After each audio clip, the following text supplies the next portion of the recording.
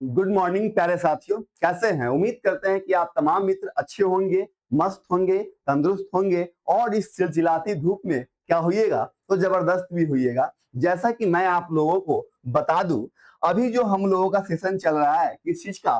Paper two. किसका? Paper two SST. क्या? SST. इससे पहले का जो क्लास हुआ था उसमें लगभग हम लोग बहुत सारे एमसीक्यू को देखने का काम किए थे और ये जो तमाम हमारा एमसीक्यू था वो किस पे बेस्ड था? तो आपका जियो जितना भी एमसीक्यू आप देखे होइएगा वो आपका पीवाईक्यू के फॉर्म में था। पीवाईक्यू यानी कि 2018 में जो आपका आयोग ने एग्जाम लिया था उसका टोटल पीवाईक्यू के तहत हम लोगों ने कुछ प्रश्न को देखा, समझा और उस पे एक्सप्लेनेशन करने का काम किया था। तो उम्मीद करते हैं वो वीडियो ऑलरेडी आपके YouTube चैनल पे, कहा? YouTube चैनल पे अवेलेबल है। उसको जाके देखिए, समझिए और वहां के प्रारूप को समझिए और उसी के अकॉर्डिंग हमें क्या करना है? काम करना है। जहां से हमारा जो पेपर टू है उसमें कैसे क्वेश्चन पूछे जाते हैं, कैसे क्वेश्चन का मोड होता है, किस अप्रोच से हमें सोचना है, कैसे हमें काम करना है, किस तरीके से स्ट्रेटजी बनाना है कि हम एग्जाम में चार चांद लगाने का काम कर सके और बेहतर नहीं बेहतरीन अंक प्राप्त करने की इच्छा भी रख सके। ये तभी संभव है जब कहीं ना कहीं आप चीजों को अच्छे से एनालाइज कीजिएगा, अच्छे से चीजों को समझिएगा, अपने अंदर क्या कीजिएगा? रिवीजन के कॉन्सेप्ट को डेवलप कीजिएगा। मैं बार बार आपको बोलता हूं, जैसे ही आप तमाम मित्रों में कॉन्फिडेंस आ जाएगा तो कॉन्सेप्ट आ जाएगा तो कोई भी एग्जाम हो ऑटोमेटिक क्या हो जाएगा? क्लियर हो जाएगा। क्लियर है? तो चलिए आज की हम सेशन की शुरुआत करते हैं। हाँ, और सेशन की शुरुआत करने से पहले आप तमाम मित्रों का जहां भी दुआ हो, आस्था हो, श्रद्धा हो, अपने ईश्वर या अल्लाह को एक बार याद कीजिएगा कि हे ईश्वर या हे अल्लाह, आप जहां भी है, जैसे भी है, जिन हालात में है, अपनी असीम कृपा दया दृष्टि हम पे बनाए रखिएगा ताकि हम विद्यार्थी जितना चिलचिलाती धूप में मेहनत करने का काम कर रहे हैं उसमें हमारा परिणाम क्या हो? सुनिश्चित हो। उसके बाद आपके आज के इस मजेदार सेशन की क्या हो जाएगी? शुरुआत हो जाएगी, जहां पे हम लोग प्रीवियस ईयर क्वेश्चन को देखने का काम करेंगे और अपना मूल्यांकन करेंगे, अपना इवेल्युएशन करेंगे कि हम तैयारी के किस लेवल पे अपने आप को रखे हैं। क्लियर? चलिए आइए और देख पा रहे होइएगा पहला क्वेश्चन आपके स्क्रीन पे है। प्रश्न कह रहा है, क्या कह रहा है? अनुसूचित जाति। अब देखिए प्यारे साथियों, अनुसूचित जाति को हम लोग क्या कहते हैं? SC, schedule caste. क्या? शेड्यूल कास्ट के लिए कितने संसदीय, कह रहा है क्वेश्चन को इत्मीनान से पढ़िए, ध्यान से पढ़िए, क्वेश्चन को बार बार पढ़िए। क्वेश्चन के बार बार पढ़ने से, ध्यान से पढ़ने से आप क्वेश्चन जो पूछना चाह रहा है अगर वहां तक का सफर तय कर लिया आप तो आप उत्तर भी आसानी से क्या कीजिएगा? ढूंढ लीजिएगा। क्लियर? कह रहा है अनुसूचित जाति यानी कि शेड्यूल कास्ट, यहीं पे रहता अनुसूचित जनजाति तो क्या होगा? शेड्यूल ट्राइब होता। क्या होता? शेड्यूल ट्राइब होता। बात हो रही है एससी के बारे में, शेड्यूल कास्ट के बारे में। कितने संसदीय निर्वाचन क्षेत्र है? तो याद रखिएगा अनुसूचित जातियों के लिए, किसके लिए? अनुसूचित जातियों के लिए टोटल सीट कितना आरक्षित किया गया है? जल्दी से बताइए। आप तमाम मित्रों के पास मात्र 10 सेकेंड का टाइम है। क्या होगा सही जवाब?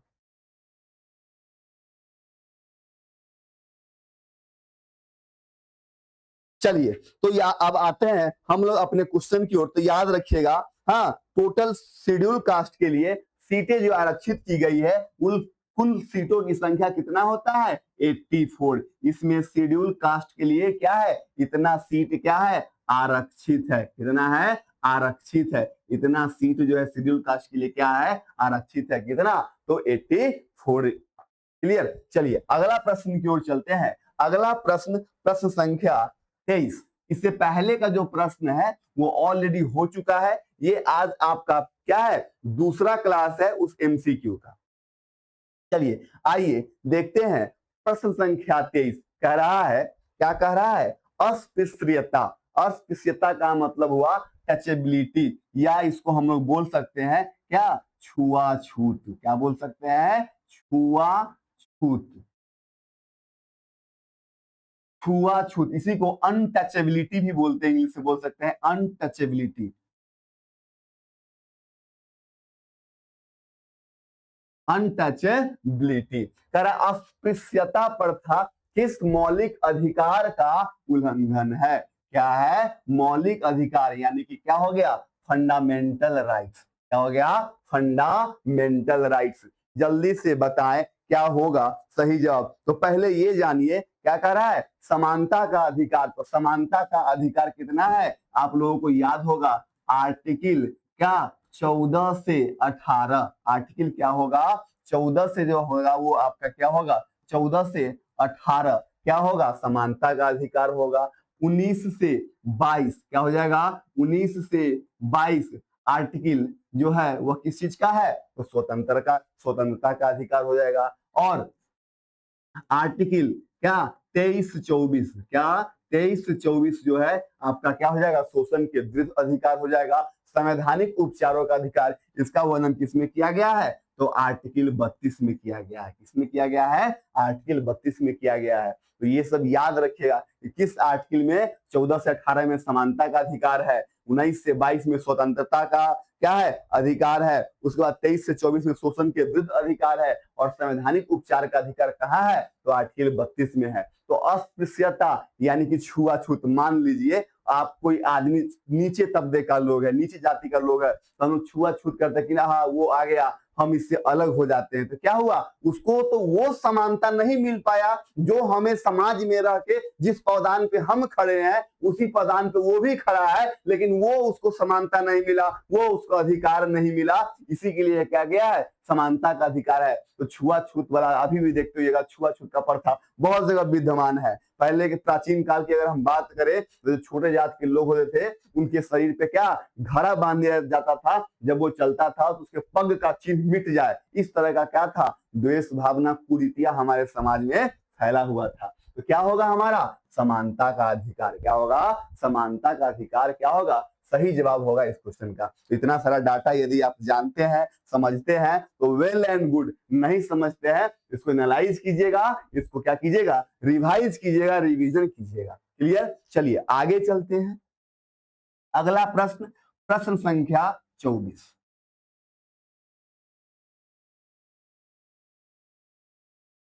प्रश्न संख्या 24 कह रहा है निम्नलिखित में से कौन सा मौलिक अधिकार नहीं है? निम्नलिखित में से कौन सा मौलिक अधिकार नहीं है? जल्दी से बताइए क्या होगा सही जवाब। याद रखिएगा क्या पूछ रहा है? मौलिक अधिकार नहीं है, यानी कि फंडामेंटल राइट्स नहीं है। अब आप बताइए प्यारे साथियों, शिक्षा का अधिकार क्या मौलिक अधिकार नहीं है? जल्दी से बताइए। क्या बच्चा को शिक्षा नहीं मिलना चाहिए? क्या ये बात सही है? तो ये देखने से ही पता चलता है कि नहीं, ऐसा बात नहीं है। हर एक बच्चा को क्या मिलना चाहिए? शिक्षा मिलना चाहिए, क्योंकि शिक्षा क्या है? जन्मसिद्ध अधिकार है। तो ये हमारा हक है, हिस्सा है, हमें शिक्षा मिलना चाहिए। पूछ रहा है कौन मौलिक अधिकार नहीं है। उसके बाद क्या है? शोषण के विरुद्ध अधिकार, यह भी होगा, अभी हम लोग पढ़े हैं शोषण के विरुद्ध अधिकार। क्या? अनुच्छेद 23 और 24। अनुच्छेद 23 और 24 में क्या है? शोषण के विरुद्ध अधिकार के बारे में हम लोगों को पढ़ना है ना।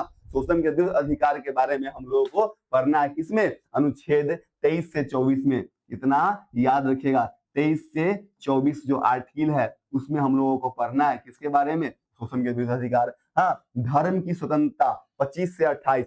संपत्ति का अधिकार, यही एक अधिकार है जो क्या कर दिया गया है? मौलिक अधिकार से हटा दिया गया है। याद रखिएगा। हाँ, इसको कहाँ रख दिया गया है? संपत्ति के अधिकार को कानून का अधिकार दे दिया गया है इस अनुच्छेद के तहत। तो याद रखिएगा आर्टिकल 300 का क। कौन? 300 का क। इसको कानून का अधिकार दे दिया गया है। देखते होइएगा, यदि आप कोई हाईवे है, उस हाईवे से अगर वो हाईवे जा रहा है, अगर उसमें किसी का संपत्ति आ गया तो संपत्ति पर अधिकार जता नहीं सकते हैं। सरकार चाहेगी तो आपका उसका मुआवजा देगा और उसको अपने गिरफ्त में ले लेगा। आप उसका विरोध कीजिएगा, वहां पे पब्लिक प्रशासन पहुंच जाएगा और आपसे जबरदस्ती खाली करवाया जाएगा, आपका मन हो न मन हो तब भी। क्लियर? तो संपत्ति का अधिकार जो है क्या है? तो मौलिक अधिकार नहीं है।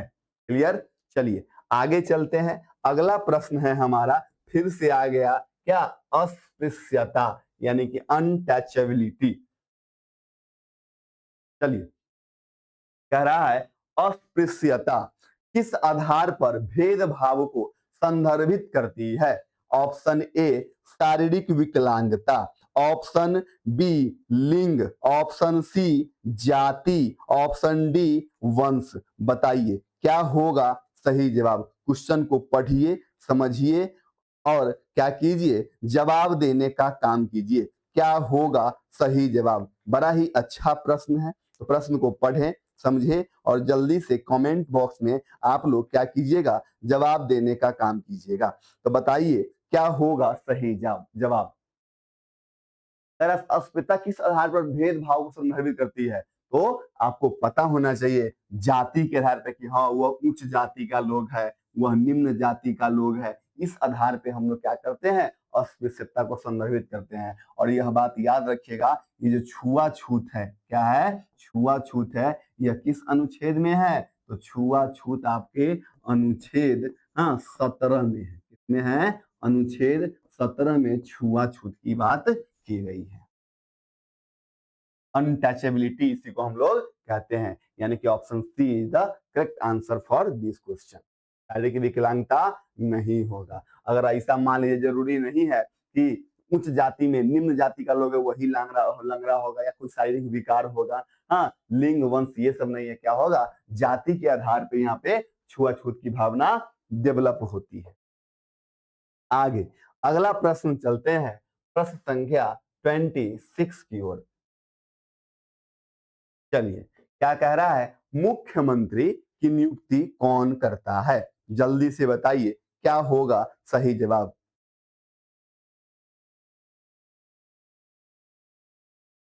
मुख्यमंत्री की नियुक्ति कौन करता है? राष्ट्रपति करते हैं, बी प्रधानमंत्री करते हैं, सी राज्यपाल करते हैं, डी उच्च न्यायालय के मुख्य न्यायाधीश करते हैं। क्या होगा सही जवाब? तो याद रखिएगा, मुख्यमंत्री की नियुक्ति कौन करते हैं? तो राज्यपाल करते हैं।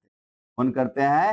राज्यपाल करते हैं। क्योंकि ये जो मुख्यमंत्री होता है वह कहाँ होता है? राज्य में होता है। कहाँ होता है? राज्य में होता है। यही प्रधानमंत्री की बात रहती तो कहाँ होता? राष्ट्रपति होते। कौन होते? राष्ट्रपति होते। मुख्यमंत्री जिस प्रकार केंद्र के मंत्रिपरिषद में जो बहुमत दल का नेता होता है उसे प्रधानमंत्री चुन लिया जाता है, ठीक उसी प्रकार क्या होता है, तो याद रखिएगा, राज्य की मंत्रिपरिषद में, राज्य के मंत्रिपरिषद में जिसका बहुमत होता है उसी को मुख्यमंत्री चुना जाता है। और कौन नियुक्त करता है? तो राज्यपाल नियुक्त करता है। कौन? राज्यपाल। याद रखिएगा।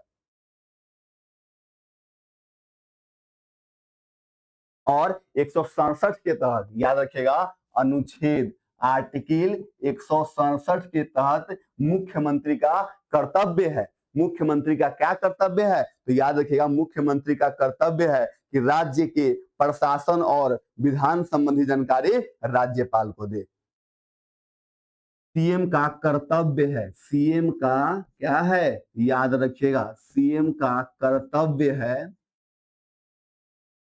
प्रशासन, प्रशासन प्रशासन और विधायी संबंधी, क्या याद रखिएगा, प्रशासन और विधायी संबंधी जानकारी, प्रशासन और विधायी संबंधी जानकारी राज्यपाल को दे। राज्यपाल को, राज्यपाल को दे। किसके तहत? तो आर्टिकल 167 के तहत। क्लियर? याद रखिएगा। तो मुख्यमंत्री की नियुक्ति कौन करता है? राज्यपाल। अभी कौन है? सम्राट चौधरी हमारे बिहार के क्या है? मुख्यमंत्री है। चलिए अगला प्रश्न चलते हैं, प्रश्न संख्या 27। अब कह रहा है मुख्यमंत्री की नियुक्ति तो राज्यपाल करते हैं, बिल्कुल सही बात है। और ये बताइए प्यारे साथियों कि राज्यपाल की नियुक्ति कौन करता है? जल्दी से बताइए क्या होगा सही जवाब।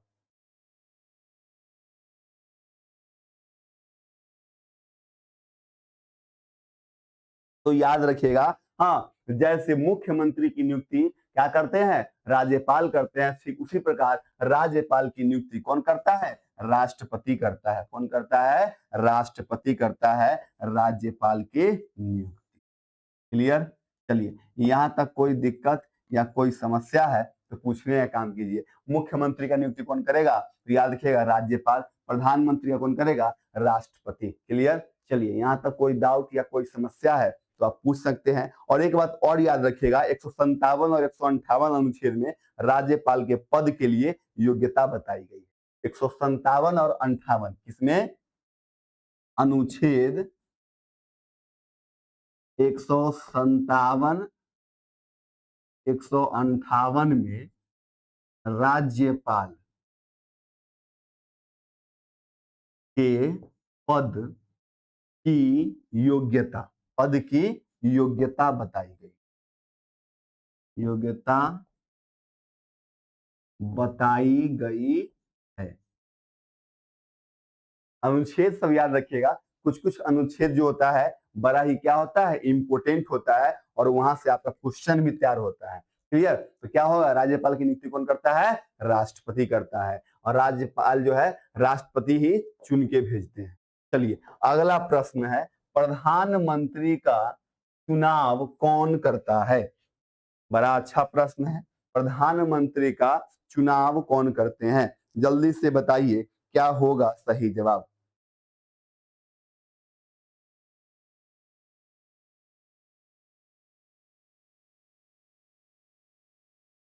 चलिए, क्या है, कह रहा है प्रधानमंत्री का चुनाव कौन करता है। बड़ा आसान प्रश्न है। क्या होगा, प्रधानमंत्री का चुनाव कौन करता है, सांसद करता है। कौन करता है, सांसद करता है। जो बहुमत दल का नेता वो चुनता है कि हाँ ये हमारे क्या होंगे, प्रधानमंत्री होंगे, और वो पूरे मंत्रिपरिषद का हेड होते हैं। क्लियर। मंत्रिपरिषद, मुख्यमंत्री, सांसद और विधायक क्या होगा, सांसद होगा। क्लियर। मुख्यमंत्री के बारे में अभी हम लोग पढ़े हैं। मुख्यमंत्री का नियुक्ति कौन करता है, राज्यपाल करता है। राज्यपाल कौन करता है, राष्ट्रपति करता है।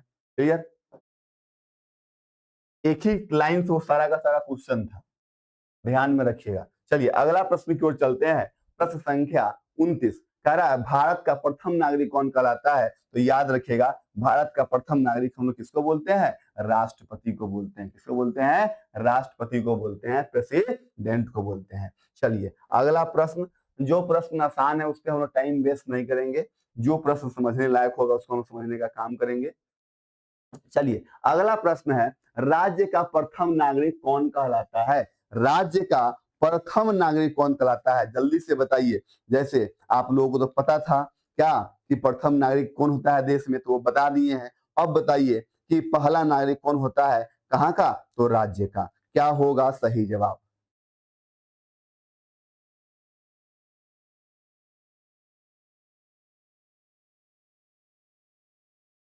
तो याद रखिएगा, जैसे भारत का पहला नागरिक कौन होता है, राष्ट्रपति होता है, ठीक उसी प्रकार राज्य का पहला नागरिक कौन होता है, राज्यपाल होता है। कौन होता है, राज्यपाल होता है। क्लियर। जैसे भारत का प्रथम नागरिक कौन होता है, राष्ट्रपति होता है, ठीक उसी प्रकार क्या होते हैं, तो राज्य के प्रथम नागरिक किनको माना जाता है, राज्यपाल को माना जाता है। किनको माना जाता है, राज्यपाल को माना जाता है। क्लियर। चलिए, आगे बढ़ते हैं। अगला प्रश्न है हमारा प्रश्न संख्या 31।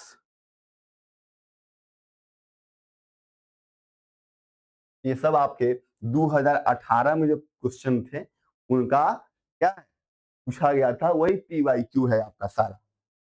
चलिए बताइए, प्रश्न संख्या 31 2014 के बाद कह रहा है क्या, 2014 के बाद तो याद रखिएगा क्यों कौन था, तो आपका 16वीं लोकसभा था। कहना था 16वीं था।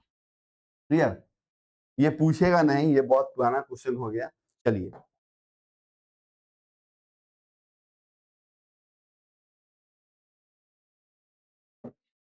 भारत के राष्ट्रपति, भारत के राष्ट्रपति प्रश्न के समय, भारत के कह रहा है भारत के राष्ट्रपति प्रश्न के समय कौन थे, प्रश्न के समय कौन थे, जल्दी से जवाब दीजिए क्या होगा सही जवाब।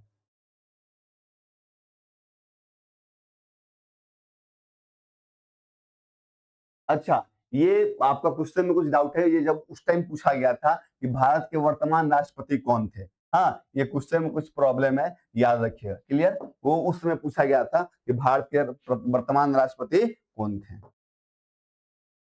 चलिए प्रश्न संख्या 33, संविधान में किसका उल्लेख नहीं किया गया है। कह रहा है संविधान में किसका उल्लेख नहीं किया गया है। क्या कह रहा है, नहीं किया गया है। राज्य एवं केंद्र शासित प्रदेशों का, सरकार का ढांचा, राजनीतिक दलों के नाम, नागरिकों के आधार। जल्दी से बताइए क्या होगा सही जवाब।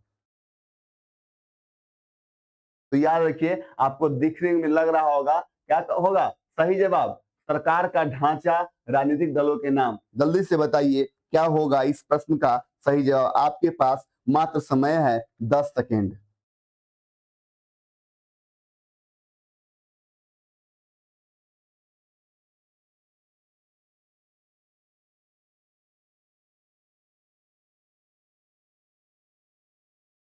तो याद रखिएगा, राजनीतिक दलों के नाम। क्या, राजनीतिक दलों के नाम का जो है उल्लेख नहीं किया गया है संविधान में।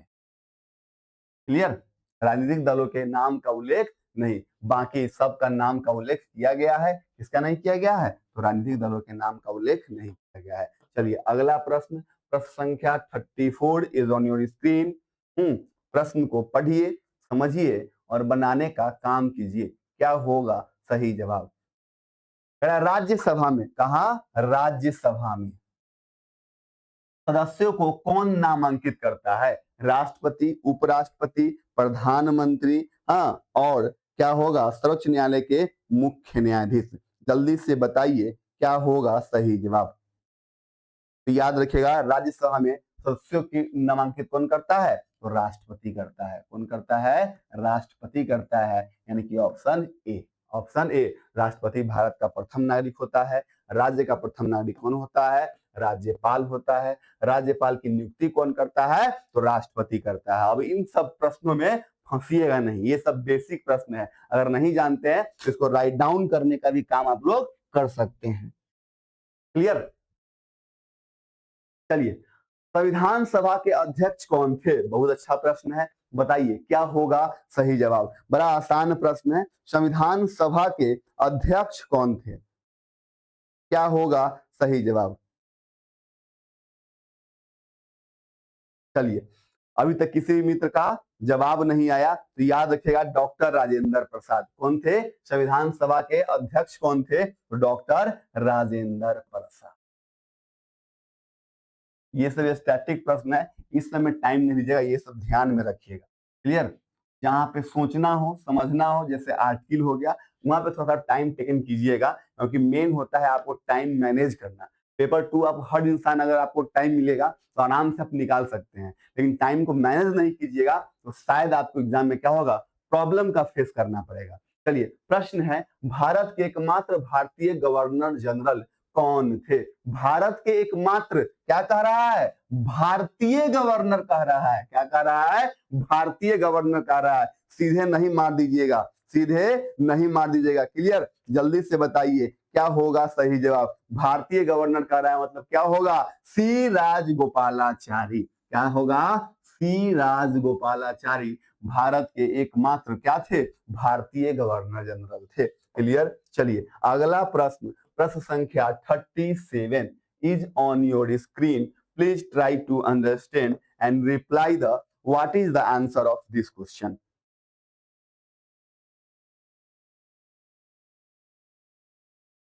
चलिए, भारत संविधान कब अपनाया था, तो ये तो जग जाहिर चीज है। भारत अपना संविधान कब अपनाया था, 26 नवंबर 1949 ईस्वी को भारत ने अपना संविधान को क्या किया था, अपनाने का काम किया था। क्लियर। चलिए, यहाँ तक कोई दिक्कत या कोई समस्या है तो पूछने का काम कीजिए, नहीं तो हम आगे बढ़ेंगे।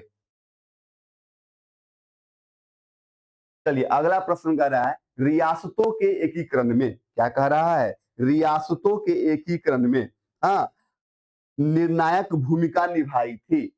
किसने निर्णायक भूमिका निभाई थी, जवाहरलाल नेहरू ने, सरदार वल्लभ भाई पटेल ने, सी राजगोपालाचारी ने। चलिए जल्दी से पढ़िए, समझिए और क्या होगा सही जवाब देने का काम कीजिए।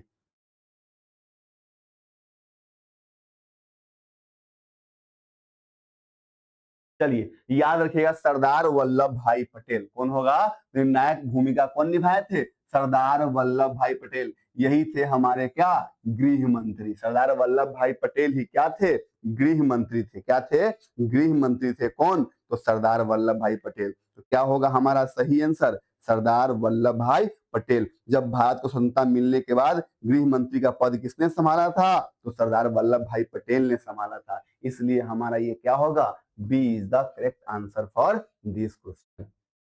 चलिए अगला प्रश्न, प्रश्न संख्या 39।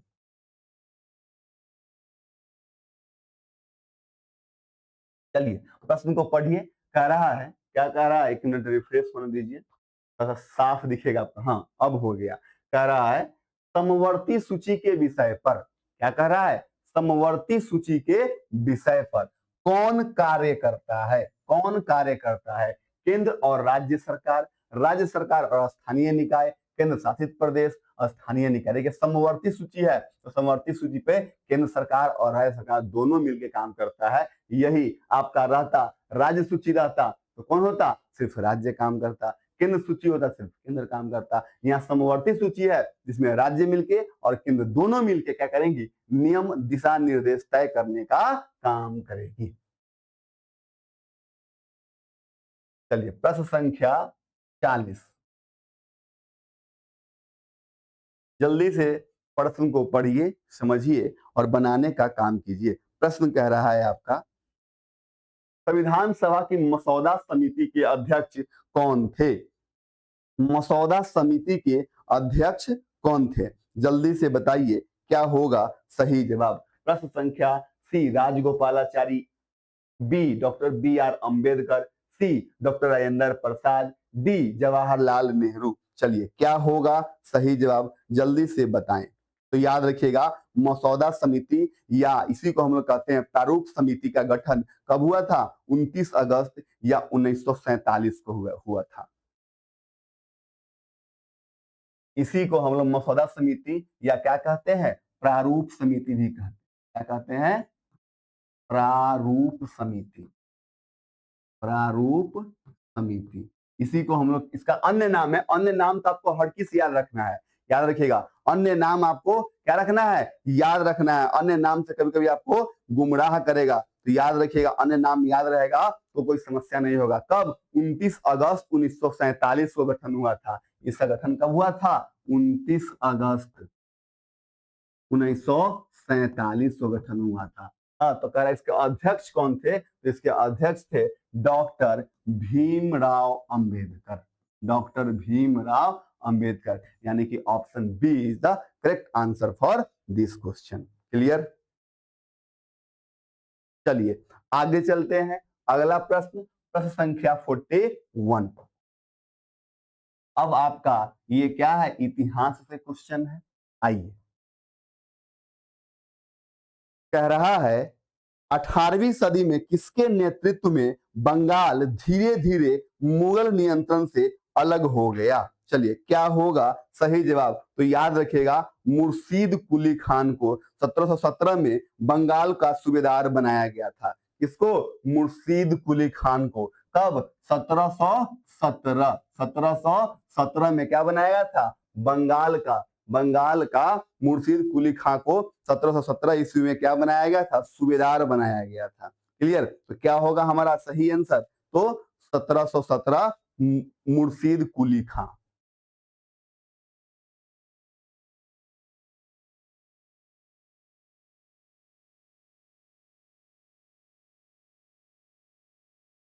प्रश्न संख्या 42 इज ऑन योर स्क्रीन। चलिए, कह रहा बहादुर शाह जफर के अंतिम मुगल सम्राट घोषित करने वाले, किसको, बहादुर शाह जफर को अंतिम मुगल सम्राट घोषित करने वाले कौन थे, जल्दी से बताइए क्या होगा सही जवाब।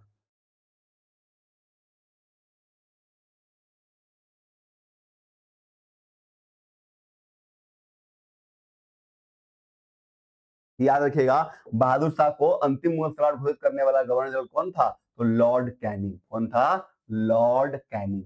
यानी कि option C is the correct answer for this question. चलिए जल्दी से बताइए यहां तक चीजें आप लोगों को समझ में आया या नहीं आया। यहां तक कोई समस्या हो, कोई दिक्कत हो तो आप कमेंट बॉक्स में रिप्लाई कर सकते हैं। क्लियर? अगर नहीं कोई समस्या है तो हम अपने इस कक्षा कक्ष को क्या करेंगे, आगे बढ़ाने का काम करेंगे। चलिए अगला प्रश्न देखते हैं। प्रश्न कह रहा है,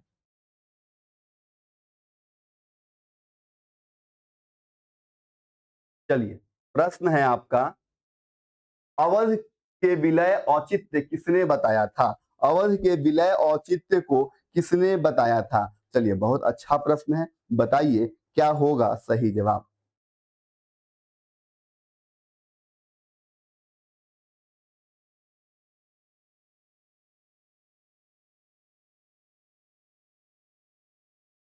तो याद रखिएगा ये अवध को कौन बताया था? लॉर्ड डलहौजी। कौन बताया था? लॉर्ड डलहौजी। क्लियर? चलिए प्रश्न संख्या 44,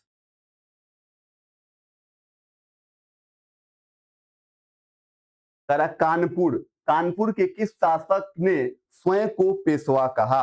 कह रहा है कानपुर के किस शासक ने स्वयं को पेशवा कहा? चलिए जल्दी से बताइए क्या होगा सही जवाब। तो याद रखिएगा क्या, तो नाना साहेब को क्या कहा गया था? स्वयं को पेशवा कहा। किसने? नाना साहब, यानी कि option A is the correct answer for this. प्रश्न संख्या 45, चलिए कारखाने के विषय में, इसके विषय में, कारखाने के विषय में पढ़ाने के लिए सबसे उपयोगी विधि होगी। चलिए बताइए कौन सबसे उपयोगी विधि होगी? तो याद रखिएगा औद्योगिक कारखाने की यात्रा कराना। क्या होगा? औद्योगिक कारखाने की यात्रा कराना सबसे उपयोगी विधि मानी जाती है। इसका तो कारखाने के विषय में पढ़ाने के संबंध में।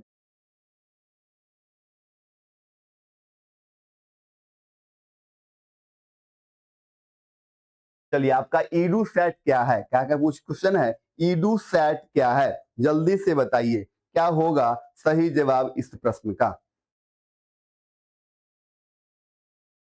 तो याद रखिएगा ईडू सेट क्या है? तो ईडू सेट एक भारतीय मानव निर्मित उपग्रह है। क्या है? भारतीय मानव निर्मित उपग्रह है आपका ये ईडू सेट, यानी कि ऑप्शन डी।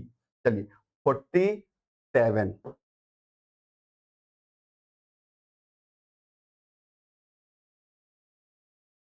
पंचवाणी और बीजक में किसके विचार सुरक्षित है? क्या कह रहा है? पंचवाणी और बीजक, पंचवाणी और बीजक में किसके विचार क्या कर रहे हैं? सुरक्षित है। जल्दी से बताइए क्या होगा सही जवाब। तो याद रखिएगा हाँ, इसका सही जवाब क्या होगा? कबीर। क्या होगा? कबीर। पंचवाणी और बीजक में किसके विचार सुरक्षित है? तो कबीर के विचार अभी भी क्या है? सुरक्षित है। चलिए 48 नंबर, मात्र अब आपके दो प्रश्न शेष बच गए हैं। तो आप अंत में आप लोग अपना मूल्यांकन भी बताइएगा कि कितना क्वेश्चन आज आप लोगों का सही हुआ है, कितना क्वेश्चन सही नहीं हुआ है। क्योंकि जब तक आप अपने आप का मूल्यांकन नहीं कीजिएगा तब तक कुछ भी संभव नहीं है। तो समय समय पे आप लोग अपना मूल्यांकन करते रहिएगा। प्रश्न कह रहा है एलोरा की नरसिंह भित्ति चित्रकला, क्या कह रहा है? नरसिंह भित्ति चित्रकला किस काल की है? जल्दी से बताइए क्या होगा सही जवाब। प्रश्न है ए, ऑप्शन ए गुर्जर प्रतिहार काल, ऑप्शन बी राष्ट्रकूट प्रतिहार चालुक्य काल, और गुप्त काल। क्या होगा सही जवाब? जल्दी से बताएं क्या होगा सही जवाब। तो याद रखिएगा क्या होगा? राष्ट्रकूट काल का जो नरसिंह भित्ति चित्रकला काल किसके काल का था? तो राष्ट्रकूट काल का था। किसके? राष्ट्रकूट। ये सब गुर्जर चालुक्य वंश, ये सब गुप्त वंश, गुप्त वंश के शासक कौन थे? श्री गुप्त थे। कौन थे? श्री गुप्त थे, गुप्त वंश के शासक थे। और प्रश्न संख्या 49, ये सेकेंड लास्ट क्वेश्चन है आपके आज के इस सेशन का। क्वेश्चन है, कह रहा है उपनिषद में,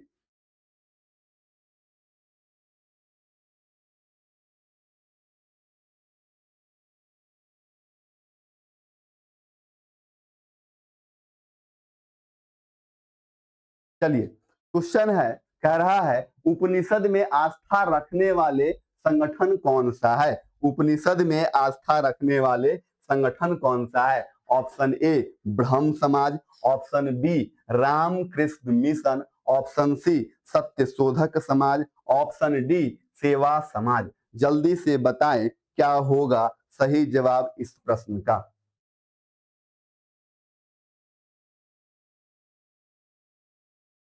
आप लोगों के पास मात्र 10 सेकंड का समय है।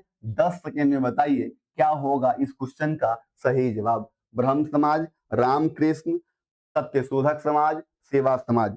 चलिए जल्दी से बताइए। अभी तक किसी भी मित्र का जवाब नहीं आया। याद रखिएगा कौन होगा? ब्रह्म समाज होगा। ब्रह्म समाज। यहीं पे हम लोग बहुत सारे कुरीतियां के बारे में पढ़ने का काम करेंगे। हाँ, जब थ्योरी क्लास चलेगा तो वहां पे देखेंगे हम लोग क्या क्या इसमें कौन कौन कुरीतियां था हमारे समाज में, रामकृष्ण मिशन क्या है, सत्यशोधक समाज क्या है।